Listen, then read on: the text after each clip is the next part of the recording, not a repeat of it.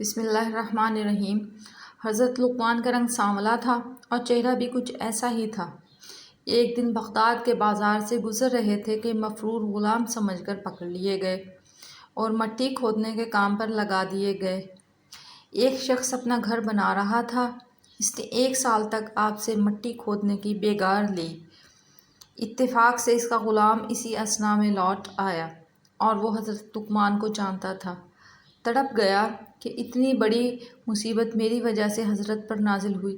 وہ حضرت لقمان کے قدموں میں گر گیا اور اپنے آقا کو بھی حضرت لقمان کی اہمیت اور شخصیت سے آگاہ کیا، تو پھر وہ بھی بڑا پشیمان ہوا۔ حضرت لقمان نے فرمایا، بھائی جو کچھ ہوا سو ہوا، یہ کوئی گھاٹے کا سودا نہیں تھا۔ اس مصیبت نے مجھے ایک بڑی دانائی کی بات بتائی ہے، اور وہ یہ کہ کبھی غریب کو پریشان نہیں کرنا چاہیے، اور یہ سبق بھی سیکھا ہے کہ اپنے غلام سے بھی ہرگز ایسی خدمت نہ لو جیسی مجھ سے لی گئی۔